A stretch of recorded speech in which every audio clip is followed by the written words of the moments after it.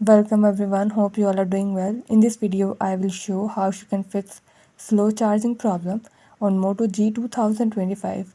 Before starting this video, please press the bell icon or do subscribe this channel. Let's start our video without wasting any time.